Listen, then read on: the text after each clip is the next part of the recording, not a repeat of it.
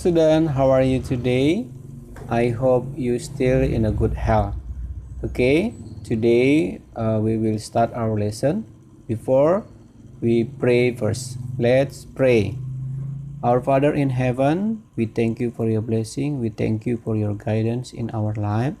Today we want to start our lesson thematic. Please bless us and also our student at home. Please bless all of us. We can do all the things well today. Thank you, Jesus. We surrender our life into your hand. In Jesus' name we pray. Amen. Ya, pembelajaran hari ini kamu boleh melihat bukumu dari buku tematik 5I di halaman 54 sampai dengan 65. Oke, tema hari ini adalah benda dalam kegiatan ekonomi. Ya, apa saja di dalam kegiatan ekonomi itu yang ada? Ya, kamu boleh memperhatikannya. Ya, coba kamu perhatikan iklan yang akan saya tampilkan. Ya, kamu sudah pernah belajar tentang iklan ya. Oke, coba perhatikan iklan yang berikut ini. Ya, ada dua contoh iklan di situ, yang A dan yang B. Ini adalah satu iklan media elektronik. Yang pertama itu tentang Yakult dan yang kedua tentang komputer. Oke, bagaimana menurut pendapatmu kedua iklan tersebut? Apa perbedaan dari kedua iklan tersebut jika kamu lihat dari penampilan dan kata-katanya?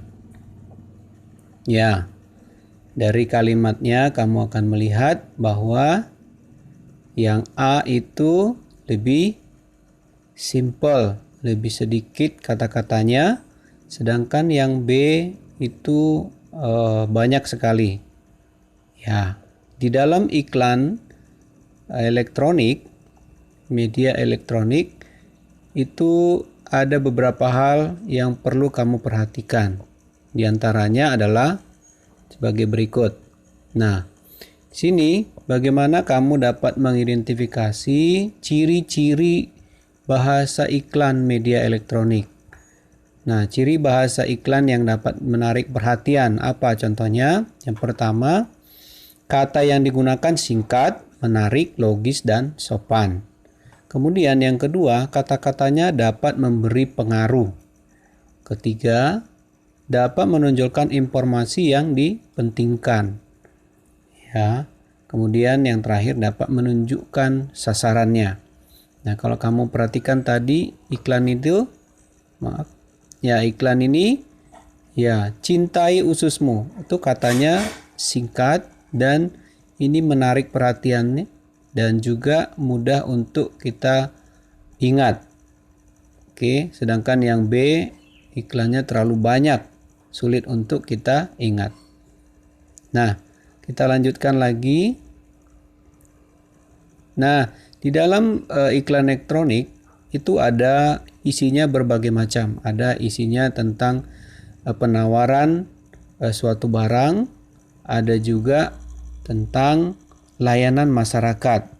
Nah, ini adalah contoh iklan layanan masyarakat di bidang kesehatan. Ya, ada banyak bidang yang iklan di bidang yang lain. Ini adalah salah satu contoh iklan layanan masyarakat di bidang kesehatan. Kamu bisa perhatikan ini tentang COVID-19 ya, bagaimana kita harus menjaga diri supaya terhindar dari penularan virus corona. Oke, kemudian di dalam usaha untuk menentukan atau membuat suatu iklan itu ada istilahnya usaha ekonomi yang dapat di bidang perorangan maupun di bidang kelompok. Bidang perseorangan contohnya adalah warung, pedagang kaki lima, tukang cukur, petani, industri rumah tangga. Sedangkan jenis usaha ekonomi kelompok itu contohnya adalah firma, CV, PT, koperasi, BUMN, dan juga BUMD. Nah, ini adalah jenis-jenis usaha ekonomi Ini bisa kamu lihat contoh-contohnya. Ya, ini contoh usaha kelompok. Oke, contoh usaha kelompok itu ada PT, di situ ada BUMN, Pertamina, ada CV, ada perusahaan daerah air minum, ada koperasi dan sebagainya. Sedangkan contoh untuk usaha perorangan, nah di situ kamu melihat ada petani, ada kerajinan rumah tangga, ada tukang cukur, ada juga penjual-penjual makanan kayak bakso ataupun mie ayam dan sebagainya. Nah, apa perbedaan dari usaha kelompok maupun usaha perorangan? Nah, kalau usaha perorangan kamu sudah tahu itu dilakukan oleh satu orang. Terus modalnya terbatas, keuntungan yang dinikmati itu seluruhnya. Sedangkan untuk usaha ekonomi kelompok, dia dilakukan oleh lebih dari satu orang, modalnya tidak terbatas, bisa banyak, besar ya. Kemudian keuntungannya itu harus dibagi kepada pemilik modal. Ya, demikian seterusnya. Nah, nanti kamu akan ada tugas di halaman 64. Kamu tuliskan informasi pada tabel seperti format tersebut di notebook. Jadi di situ di halaman terakhir ya, halaman 64, di situ ada tabel. Kamu isi tabel itu tapi dibuatnya di notebook ya. Oke. Ya, saya kira sampai di situ untuk hari ini. Kita akan lanjut berikutnya. Sampai jumpa. God bless you. Terima kasih. Bye.